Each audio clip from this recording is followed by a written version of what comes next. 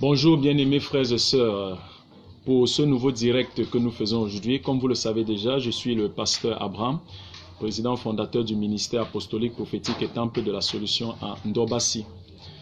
Et ce matin, nous allons parler d'un thème très important, traiter avec ton passé. Traiter avec ton passé. Alors nous allons ouvrir un livre, le livre de Genèse, le livre de commencement, Genèse chapitre 42, le verset 36. Nous allons lire pour écouter ce que le Seigneur dit. Exode chapitre 4, Genèse, autant pour moi, chapitre 42, le verset 36. Qu'est-ce que la Bible nous dit dans Genèse 42, verset 36? Jacob, leur père, leur dit, vous me privez de mes enfants. Joseph n'est plus, Siméon n'est plus. Et vous prendriez Benjamin, c'est sur moi que cela retombe. Ruben dit à son père, tu feras mourir mes deux fils si je ne ramène pas Benjamin. Remets-les entre tes mains et je les ramènerai. Jacob dit, mon fils ne descendra plus avec vous, car son frère est mort et il le reste seul. Regardez comment ici on appelle Israël. Je parle sur le thème traiter avec ton passé pour gagner ton avenir. La Bible dit au chapitre 42, on appelait Jacob Jacob. Son nom était Jacob.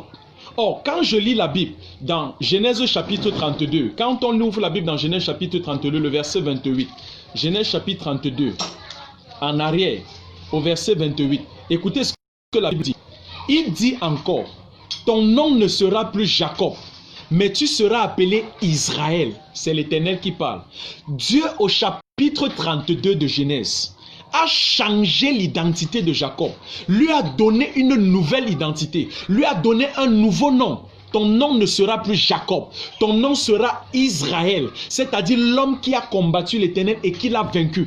L'homme a combattu avec des hommes, des géants et les a vaincus. Et ce n'est même pas tout. Quand on avance encore dans Genèse chapitre 35, Genèse chapitre 35, le verset 10, voici ce que Dieu dit à Jacob encore. Ton nom est Jacob. Tu ne seras plus appelé Jacob, mais ton nom sera Israël. Et l'Éternel lui donna un nom, Israël. La Bible dit que Dieu a donné un nom à Jacob. Et le nom que Dieu a donné à Jacob, c'est Israël. Mais la Bible dit dans Genèse 42, on continuait à l'appeler Jacob par son ancien nom. Que signifie la nouvelle identité? Quand Dieu te donne une nouvelle identité, dans l'Ancien Testament, ils n'ont pas connu ce qu'on appelle la nouvelle naissance. Quand Dieu te donne un nouveau nom, une nouvelle identité, c'est ça qu'on appelle aujourd'hui en notre temps précis la nouvelle naissance. Ça veut dire que quand tu nais de nouveau, ton identité passée, ton statut ancien est changé et tu as une nouvelle identité. Tu es une nouvelle personne. Mais quand tu marches avec des personnes qui te rappellent ton ancienne identité, c'est-à-dire quand tu marches avec des personnes avec qui ils t'ont connu en tant qu'homme, vous draguiez les femmes, vous buvez le vin ensemble, vous faisiez des choses. Quand tu rencontres ces personnes, ils vont te rappeler ton passé. Par exemple, j'ai rencontré un frère à qui je parlais de Jésus. Je lui ai dit qu'aujourd'hui je suis pasteur. Il s'est mis à rire. Il a dit, pasteur, laisse-nous ça. Tu veux nous dire que les femmes, tu n'es plus dedans, l'alcool, tu n'es plus de passé. C'est ce qu'on a fait dans le passé ensemble. Dans le passé, on cherchait les femmes ensemble. On buvait l'alcool, on buvait le vin, on partait en boîte de nuit danser, s'amuser. Je lui ai dit, non, je ne fais plus ça. Je suis une nouvelle créature. Mon nom, c'est Abraham Jésus-Christ. Je suis Jésus Abraham. Mon nouvelle identité, c'est ça. Il m'a dit, dis donc, laisse-nous le bruit là. Tu veux dire que si tu vois une femme brune qui passe maintenant, tu ne vas pas... Tu vois, c'est avec lui qu'on faisait ces choses. Et il ne croit pas que j'ai changé. Alors, marcher avec ces personnes, continuer à écouter ces personnes, vont me rappeler mon ancienne identité, vont me rappeler mon ancienne vie, vont me rappeler l'ancienne personne que j'étais. Oh, je ne suis plus cette personne. Selon Dieu, cette personne est morte et enterrée. C'est pourquoi Dieu dit dans Ésaïe chapitre 43, le verset 18, je ne me souviendrai plus de leur passé. Je suis sur le point de faire quelque chose de nouveau dans ta vie. Les choses de ta vie ancienne, je ne me souviens plus de ça. Mais je me souviens de la chose nouvelle que je suis en train de faire dans ta vie. Ainsi parle l'Éternel. Dieu dit qu'il ne se souvient plus de ta vie passée. Dieu dit qu'il ne se souvient plus de tes manquements, de tes faiblesses, de ton ancienne vie, de tes erreurs là. Dieu dit qu'il ne se souvient plus de ça. Mais les gens avec qui tu as fait ces choses vont te rappeler ton passé. Et écouter ces gens, ça va paralyser ta foi. Dieu me dit de te dire ce matin, Ésaïe 60 verset 1, lève-toi et ta lumière va briller. Quand Dieu dit lève-toi, Dieu ne dit pas à l'homme si de se lever. Dieu dit à ton homme intérieur de se lever. Si ton homme intérieur se lève, tu vas refuser par la foi de fléchir les genoux derrière ton identité passée. Lève-toi et ta lumière est en train de venir. Lève-toi car tu as un grand témoignage. Lève-toi et brille. Lève-toi et brille. C'est ce que le Seigneur t'appelle à faire. Tu n'es plus dans le passé. La Bible dit dans 2 Corinthiens chapitre 5 le verset 17, ceux qui sont en Christ, c'est ce que la Bible dit, ceux qui sont en Christ sont une nouvelle créature. Les choses anciennes sont passées. Toutes choses sont devenues nouvelles. Quel qu'en soit ce que tu as eu à faire par le passé, quel qu'en soit le nombre d'avortements que tu as eu à faire dans le passé, quel qu'en soit les meurtres, tout ce que tu as fait de négatif dans le passé, quand tu acceptes Christ, la Bible dit que ce passé, Dieu ne se souvient plus de ce passé dans Ésaïe 43, verset 18. Dieu dit qu'il ne se souvient plus de ce passé. Mais toi, si tu te souviens de ce passé va t'empêcher d'entrer dans ton avenir. Quand tu es en Christ, tu es une nouvelle identité, tu es une nouvelle créature, tu es une nouvelle personne. Maintenant, c'est Abraham Jésus qui vit. Ce n'est plus Abraham du monde, que le monde a connu comme étant un fornicateur, un adultérin. Ce n'est plus le Abraham là. Mais maintenant, c'est un Abraham qui, au nom de Jésus, ma nouvelle identité en Christ, c'est quoi? C'est qu'au nom de Jésus, je chasse les démons parce que je suis un conquérant. C'est ce que Dieu a dit à Jacob. Tu as vaincu l'Éternel par la bataille. Ton nouveau nom, c'est Israël, qui veut dire celui qui a vaincu l'Éternel. C'est ça ton nouvelle identité.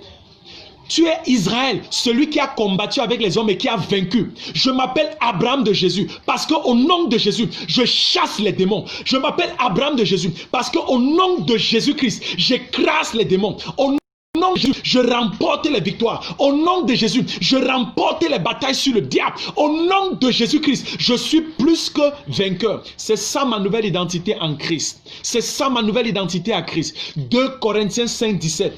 Quiconque est en Christ est une nouvelle créature. Voici la signification de la croix. Pour toi qui ne connais pas ce que la croix signifie. La croix, c'est la position. Vous allez voir Jésus à la croix. Il a les deux mains tendues à gauche. Voici ce que la signification de la croix signifie. La main gauche de Jésus symbolise ta vie passée.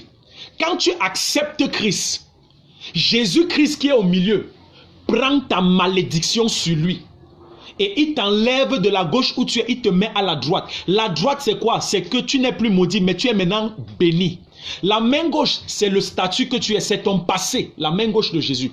C'est un peu comme la balance de la justice. Vous voyez la balance de la justice, c'est le symbole de la croix. Vous voyez dans la balance de la justice, il y a deux paniers.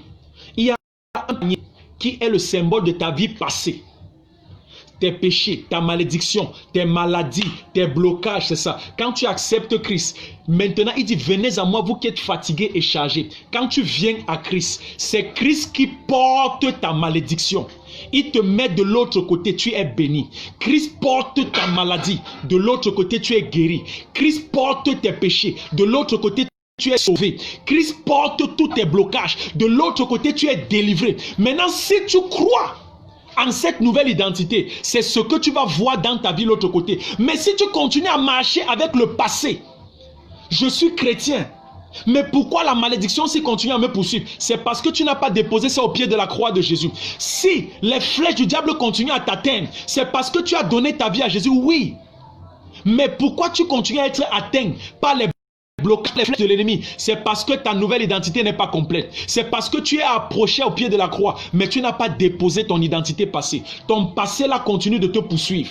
Tu n'as pas mis un trait à ce passé. Le passé là continue à te suivre. Et parce que le passé là te suit, c'est la raison pour laquelle tu continues à être atteint en tant qu'enfant de Dieu. Tu n'as pas tout laissé au pied de la croix de Christ. Tu n'es pas totalement une nouvelle créature. Voilà pourquoi ton passé peut te suivre. Voilà pourquoi on peut te nourrir encore dans la nuit. Voilà pourquoi on peut te voir dans la nuit. Voilà pourquoi les animaux peuvent te poursuivre dans la nuit. Voilà pourquoi on peut encore t'atteindre. Est-ce que tu as tout remis au pied de la croix de Jésus? Et quand tu remets, c'est par la foi que tu obtiens ta guérison. C'est par la foi que tu obtiens ta libération. Quand je prie pour quelqu'un, j'aime poser les mains sur un malade. Je crois que Jésus, il y a 2000 ans à la croix, a déjà détruit cette maladie. Quand je parle avec l'assurance et je vois la personne guérie. J'ai prié une femme qui n'avait pas saigné depuis 28 ans, elle était sur le point de se marier. Je sais que mon Rédempteur est vivant. La Bible dit dans 1 Jean 4, verset 4, ce qui est en moi est plus grand que ce qu'il y a dans le monde. J'ai regardé cette fille. Je lui ai dit, est-ce que tu crois que maintenant tu peux guérir et saigner? Elle a dit que je crois en Dieu. J'ai dit, au nom de Jésus-Christ, par la puissance du nom de Jésus-Christ, je déclare maintenant, je détruis tout blocage qui arrêtait ton utérus. Tu saignes maintenant. Et instantanément, pendant que je vous parle, cette jeune fille a saigné. Physiquement, elle a saigné et le flux était abondant. Gloire à Jésus-Christ. Je donne gloire à Dieu parce que j'ai cru qu'il y a 2000 ans, Jésus-Christ a vaincu Satan. Je crois aujourd'hui, je suis Abraham Jésus. Mon nom, identité nouvelle, c'est Jésus pour Abraham. Oui, j'appartiens à Jésus. Je ne suis plus Abraham que les démons poursuivaient hier. Je ne suis plus Abraham qu'on nourrissait derrière par les nourritures nocturnes. Qu'on venait la nuit avec les dieux. Je ne suis plus cet Abraham. Je suis Abraham qui poursuit les sorciers. Je suis Abraham qui poursuit les sorciers. Au nom de Jésus, je poursuis les sorciers. Je poursuis les démons. Je détruis toutes les œuvres qu'ils ont plantées dans la vie des hommes. C'est ce Abraham-là que je suis en Jésus. C'est ça ma nouvelle identité. Si tu crois comme moi, c'est ça ta nouvelle identité. Tu es une nouvelle créature. Regardez ce qui se passe. Je vais prendre un exemple autre. La Bible dit, lorsque le peuple hébreu était en Égypte. L'Égypte, c'est leur passé. L'Égypte, c'est leur identité. Les souffrances qu'ils enduraient en Égypte, c'était leur passé. Ils ont crié à Dieu. Dieu a envoyé un homme pour les faire sortir de l'Égypte, pour les amener à Canaan. Canaan, c'est quoi? C'est la promesse de Dieu. Canaan, c'est quoi? C'est leur avenir, c'est leur destinée. Mais la Bible dit, ils sont sortis de l'Égypte. Ils n'ont pas laissé l'Égypte. Pendant qu'ils étaient dans le désert, en train de quitter la Canaan pour quitter l'Égypte pour la Canaan, ils se sont mis à crier, loignons de